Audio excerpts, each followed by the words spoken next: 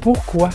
Pourquoi est-ce qu'ils alimentent cette horloge uniquement avec des piles, alors que son projecteur de plafond, lui, est alimenté par le secteur? Je vais régler ça.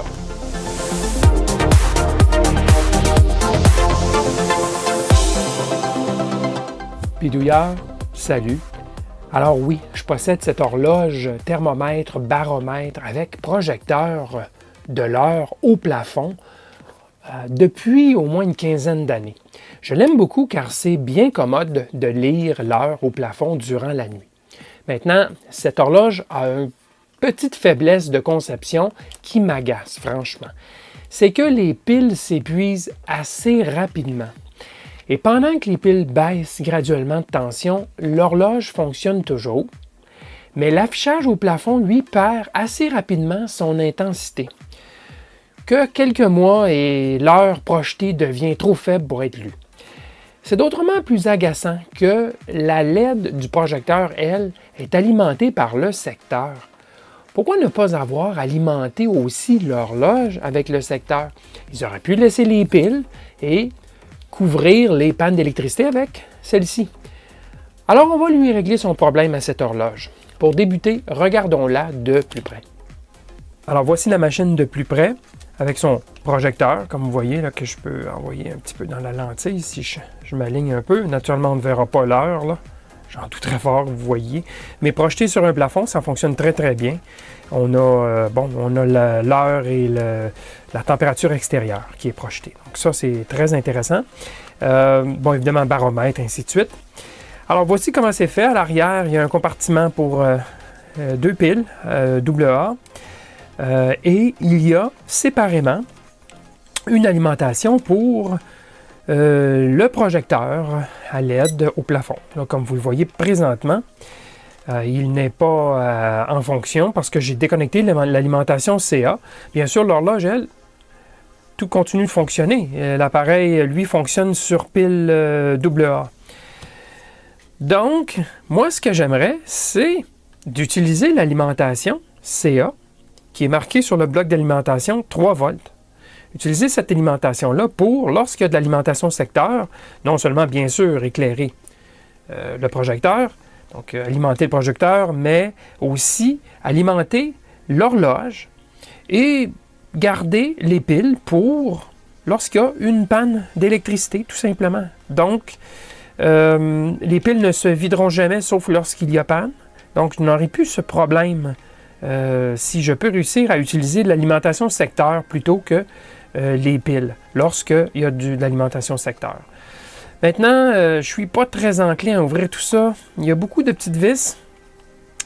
Et si vous remarquez, tous les boutons de contrôle, la bascule pour l'éclairage de nuit, tous ces boutons sont vis-à-vis le joint.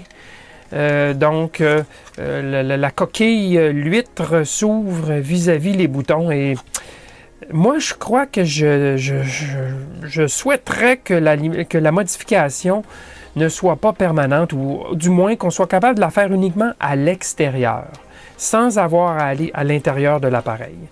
Alors, je peux mettre ça comme un objectif, tout simplement. Alors maintenant, allons réfléchir sur le tableau blanc. Alors, voici le schéma du circuit existant de notre horloge. Tout d'abord, on a un bloc d'alimentation de secteur de supposément 3 volts. Là. C'est marqué 3 plus 3 volts, 250 mAh, mais c'est un bloc qui est non régulé. Ça veut dire que la tension bouge en fonction de la charge, ce qui est souvent le cas avec ce genre de bloc. Alors, c'est non régulé et même sous charge, lorsqu'on le connecte sur l'horloge, bien, on lit plus 4,1 volts. Donc, on est loin du 3 volts et même lorsque déconnecté complètement, c'est dans le 5, quelque chose. Donc, il faut prendre ça en considération. Ça n'est pas régulé. Alors, on est branché avec le circuit ici sur une DEL à l'intérieur. Est-ce qu'il y a régulateur de courant, régulateur de tension? Possiblement. On ne sait pas, c'est une boîte noire. Quoi qu'il en soit, ça n'importe peu pour nous. Il y a aussi la partie horloge qui, elle, fonctionne à pile. Il y a 2 piles de 1,5 volts, donc des piles AA, ce qui donne 3 volts. 3,2 volts maximum. Chaque pile, lorsque fraîche, là, vraiment neuve, là, peut aller jusqu'à 1,6 volts. Donc, on peut dire 3,2 volts max qui sera appliqué sur le circuit de l'horloge. Et assez spécial, en regardant la continuité, je me suis aperçu que l'éclairage du projecteur et la borne moins des piles, bien, ils sont reliés ensemble sur une masse commune. Donc ça va nous sauver un fil certainement dans la solution finale. On n'aura pas à se préoccuper de cela. Alors, maintenant, regardons les objectifs pour aujourd'hui. Tout d'abord, on veut un fonctionnement en CA de l'ensemble projecteur-horloge en temps normal. On ne veut pas drainer quoi que ce soit des piles. À tout le moins, là, peut-être au départ, là, mais on ne veut pas drainer les piles avec le temps. D'accord? Et s'il y a une panne de courant, une panne d'électricité, ben là, on tombe en mode horloge sur les piles. Évidemment, ça coupe l'affichage, mais ça a toujours été comme ça. C'est pas un problème. On veut que l'horloge continue, bien sûr, sur les piles. On veut donc aucun drainage des piles lorsqu'on est en mode secteur, en courant alternatif. On veut préserver nos piles pour des années de temps. D'accord? L'autre critère important, on ne veut pas dépasser plus 3,2 volts sur notre circuit d'horloge. On ne sait pas s'il y a protection interne ou quoi, alors on ne prend pas de risque. J'aimerais, moi, que la modification soit réversible, c'est-à-dire qu'on va travailler à l'extérieur de l'horloge. On n'ouvrira pas le boîtier, donc réversible et externe, si je peux dire comme ça. Et finalement, le courant qui devra être fourni par le circuit sur la borne là, de l'horloge ici, donc environ 3 volts, 3,1 volts, ben, pourrait varier entre 0 et 60 mA. Ça, je l'ai vérifié. Lorsqu'on allume le rétroéclairage, puisqu'il y a un rétroéclairage qui allume quelques secondes lorsqu'on appuie sur un bouton, je ne m'en sers jamais, mais quand même, il faut qu'on couvre ce cas-là aussi. Ça tire jusqu'à 60 mA pour quelques secondes sur les piles. Par contre, lorsque le rétroéclairage est éteint, c'est 100 microampères, je crois, c'est extrêmement petit comme courant, donc à toute fin pratique, 0. Donc, on devra être capable de débiter un courant entre 0 et 60 mA, toujours en gardant la tension près de 3,1 volts, 3 volts, il ne faudra pas que ça tombe trop. D'accord? Alors ça, ce sont les critères. Maintenant, comment est-ce qu'on fait pour arriver à créer un circuit qui va nous fournir 3,1 volts? Bien, regardons quelques possibilités. Ben, regardez l'effet rétro ici, du papier perforé, classique d'imprimante des années 80.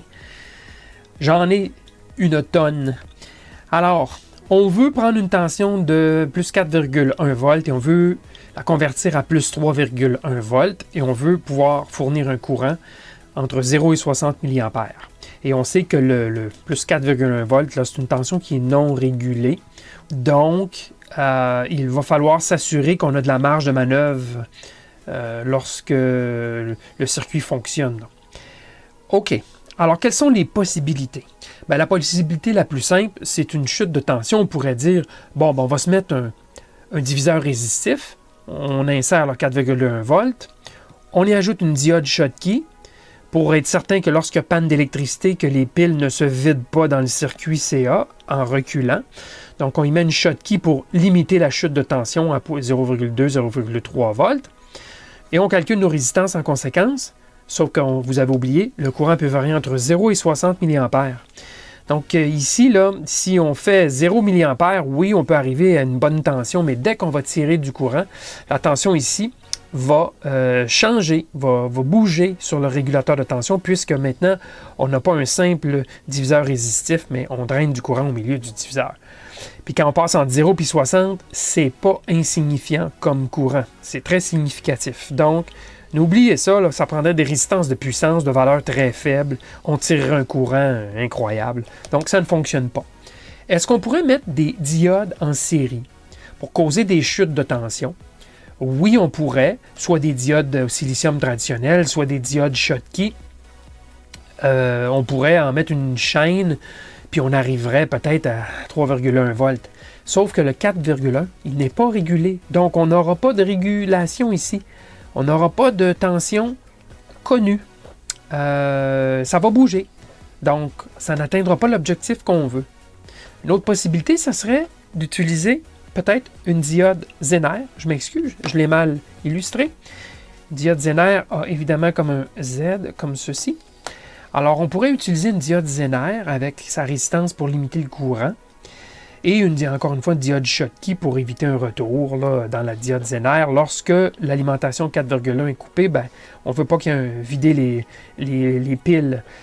Mais le défi ici, c'est que habituellement les diodes Zener sont pour des courants assez faibles. Il faut garantir un courant minimum. Et encore une fois, lorsqu'il y a 0 mA de consommé ici, ça pourrait très bien fonctionner. Mais lorsqu'on commence à tirer comme 60 mA, la tension va bouger quand même passablement. Diodes Zener, tels qu'on les connaît, là, les diodes communes, c'est pas fait pour des très gros courants. C'est fait pour fournir un très faible courant qui sera ensuite passé à travers d'autres circuits. Et là, ça devient alors une référence intéressante. Mais pour des gros courants, la solution Zener, ce n'est pas l'idéal. Est-ce qu'on pourrait utiliser un LM317? Non. Pourquoi? Parce que la chute de tension à l'entrée du régulateur ajustable LM317, la chute de tension doit être au minimum de 1,2 volts. Il doit donc se trouver une différence de 1,2 volts au minimum entre l'entrée et la sortie. Ce qu'on n'aura pas ici, puisqu'il faut de toute façon mettre une diode Schottky. Et même sans diode, on aurait 1 volt seulement de chute. Donc ça, c'est rejeté. Est-ce qu'on pourrait utiliser un régulateur LDO très classique comme le LM1117-33 pour 3,3 volts? Le problème ici, c'est qu'on doit garantir 1 volt minimum. Et ça serait très, très juste, même si on disait 3 volts ou 2,9 moins la chute dans la diode pour la protection, parce qu'il risque d'y avoir du courant qui va se drainer encore une fois si on coupe l'alimentation. C'est trop juste. Là, on ne rencontre pas le 1 volt minimum. Ça aurait pu être intéressant, mais malheureusement, il faudrait magasiner des LDO, un régulateur à basse chute de tension, ce qu'on appelle Low Drop-Off en anglais, LDO. Un régulateur linéaire comme ça, il y en existe, qui vont fonctionner avec des chutes de courant de peut-être 200, 300 mA, mais moi, je n'en ai pas. Je ne vais pas attendre des semaines pour faire une commande pour obtenir un LDO pour rencontrer ces exigences-là. Alors, j'utilise ce que j'ai et ce que je propose, moi, c'est ceci. C'est un TL431 qui est un régulateur en shunt que j'ai déjà utilisé, j'ai déjà montré le fonctionnement.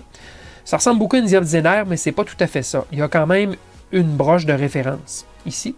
Et la pièce maintient toujours 2,5 volts de différence entre l'anode et cette broche de référence ici, qui s'appelle REF.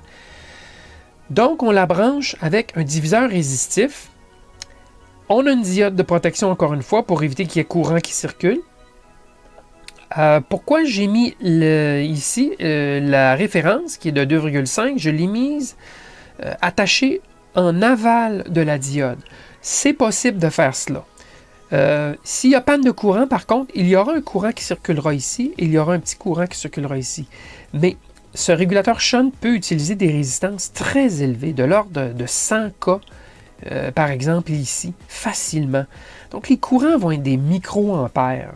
Donc je suis prêt à vivre, c'est quelque chose avec lequel je serais prêt à vivre, tirer quelques microampères des piles lorsqu'il y a coupure de courant qui ne dure de toute façon jamais des semaines et des semaines. Là.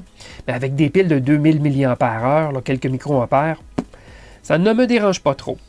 Alors, il y aurait donc possibilité de brancher notre diviseur résistif qui nous permettrait, bien sûr, toujours avec la formule là, de 2,5 fois 1 plus R2 sur R1.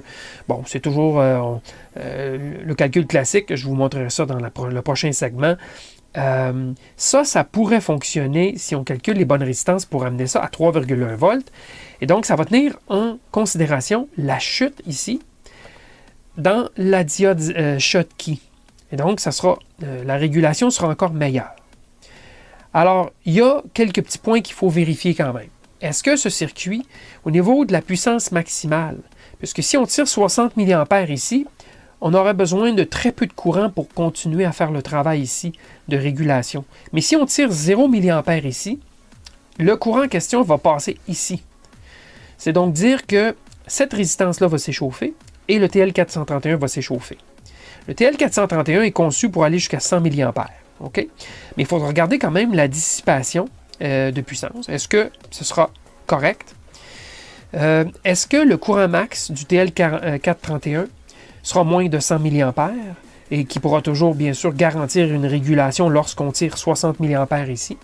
Est-ce que la puissance maximale de la résistance ici sera moindre que, disons, 100 mW ou quelque chose comme ça, avec une résistance de 1 quart ou un demi-watt, disons 1 quart de watt? Ben, on parle d'échauffement possible ici, échauffement possible ici. Donc, ce sera des choses qu'il faudra vérifier. Alors, ce que je vous propose, c'est tout d'abord de simuler le circuit pour vérifier si ça peut fonctionner. Et si la simulation est positive, bien, on l'assemblera, notre petit circuit, pour vérifier s'il fonctionne. Alors, j'ai fait la saisie dans LT-Spice du petit circuit que j'ai dessiné. Il fonctionne, mais vous allez voir que on peut faire mieux. On peut faire mieux que ça. Alors, pour le calcul des deux résistances, c'était bien 2,5, qui est la tension de référence, fois R2 divisé par R3, ce qui nous amène à 3,05 volts environ. Donc, un peu au-dessus du 3 volts, c'est ce qu'on voulait. Alors ça va. Ça devrait bien fonctionner. Au niveau de la résistance R1, ici, c'est un petit peu délicat parce que la façon qu'un régulateur Shunt fonctionne, c'est qu'il faut toujours qu'il y ait au moins un courant d'1 mA qui passe. Ça peut être plus, mais il faut au moins que ce soit 1 mA. Vous allez voir lors de la simulation qu'il faut faire passer, lorsqu'il n'y a pas de courant de consommé, il faut faire passer un gros courant ici pour que lorsqu'il y a un courant de consommé, il reste quand même 1 mA pour bien polariser le régulateur. Parce que la façon que le régulateur fonctionne, c'est qu'il va tirer le courant nécessaire entre la cathode et l'anode ici pour garantir une tension de 2,5 volts ici. Et comme il y a un diviseur résistif, ben c'est le 3,05 volts ici qui produit un 2,5 et donc il va faire varier le courant pour toujours maintenir 2,5 ici. Et s'il y a beaucoup plus de courant qui est tiré ici, forcément il n'y aura pas besoin de tirer autant de courant ici, puisqu'il y aura une chute de tension plus grande dans la résistance ici. Et donc ça va toujours garantir le 3,05 volts ici. Donc, il faut, lorsque le courant est nul, ou à peu près nul, ce qui va être à peu près le cas là, sur notre horloge, il faut tirer un gros courant ici pour pouvoir pallier au gros courant occasionnel lorsqu'on allume l'affichage sur l'horloge. Donc, cette situation-là n'est pas idéale, et lorsqu'on fait la simulation, ben, on s'aperçoit que lorsque le courant ici, parce que ça c'est l'échelle horizontale du courant, lorsqu'on va jusqu'à 60 mA, donc simulation entre 0 et 60 mA, qui est le cas maximum lorsqu'on allume le rétroéclairage, ben, dans le cas où on a 0, ou à peu près, on a 300 mW de dissipé dans le shunt régulateur. C'est pas l'idéal pour une horloge qui ne tire à peu près rien en temps normal. Alors, oui, ça fonctionnerait très bien, ce circuit. On voit que la tension de sortie ici est maintenue à 3,07 environ. Ça descend un peu, évidemment, en fonction du courant, là. Mais, donc, purement de façon fonctionnelle, ce circuit-là fonctionnerait bien. Mais il gaspille de l'énergie pour rien. Le TL431 deviendrait tiède au toucher, certainement. Il s'échaufferait, sans dépasser les limites, puisque le courant maximum, ici, en rouge, dans le TL431, ne dépasse pas 90 mA. Et on sait que c'est maximum 100 mA. Donc, il n'y a pas de problème, le circuit a bien fonctionné, mais ce n'est pas l'idéal à cause de la dissipation de chaleur. Alors, je vous relance avec une amélioration. La voici. Il s'agit de tout simplement mettre un transistor de contournement. OK? J'avais déjà expliqué le fonctionnement de ce circuit, mais essentiellement, le transistor ici se trouve dans la boucle de contrôle du TL431. Le gros du courant va passer dans le transistor ici. Il ne passera pas ici. Ce qui nous permet d'augmenter la résistance ici à 220 ohms plutôt que 10 ohms, ce qui va diminuer d'autant le courant statique lorsqu'il n'y a pas de courant de consommé. Alors, il y aura simplement un petit courant ici, s'il n'y a pas de courant de consommé, pour bien sûr polariser le TL431, mais lui, avec la chute de 0,7 volts, c'est correct 0,7 puisqu'on a typiquement 1 volt. Donc, à 0,6 ici, disons, là, de la jonction PN, il reste encore un peu de marge de manœuvre pour que le transistor fonctionne bien. Et essentiellement, ce que je viens de créer, c'est un régulateur LDO à basse chute de tension entre l'entrée et la sortie. Alors, c'est la façon idéale. Ici, on n'aura à peu près pas de puissance de dissiper. Si je vous montre le résultat des simulations, on parle, lorsque zéro courant de consommer comme une charge, pas de charge ou à peu près pas, on parle de 7 mW de dissipation versus 300.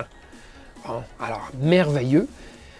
Et en plus, on n'a pas de diode Schottky à mettre puisque le transistor, lui, sera polarisé à l'inverse, en inverse, à l'envers, lorsqu'il n'y a pas d'alimentation.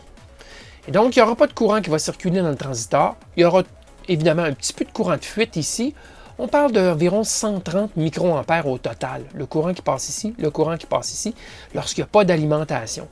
Je suis prêt à vivre avec ce petit courant qui va drainer un peu les piles par 130 microampères, ce qui est rien au fond, sur des piles de 2000 mAh.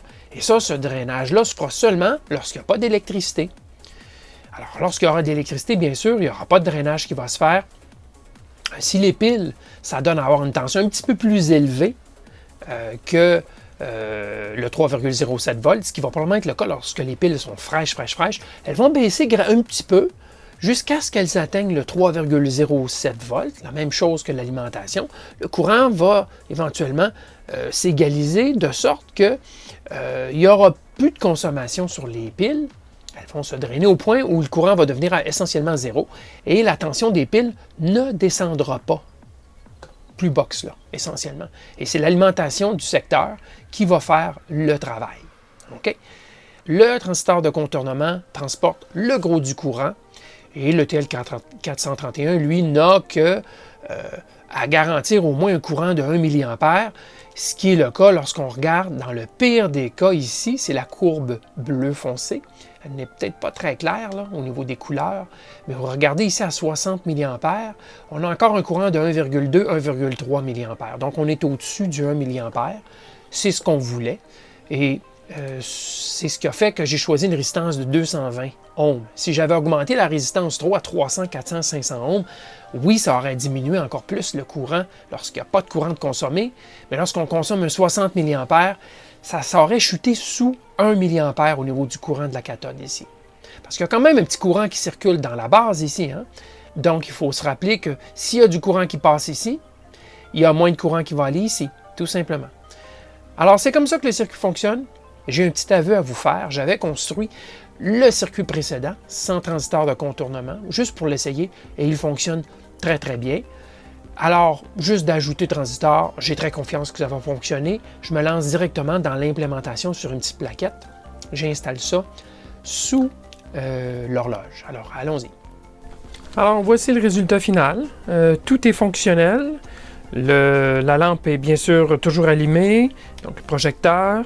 Et on est maintenant en mode secteur sur l'horloge. Et je vous montre comment je l'ai implémenté.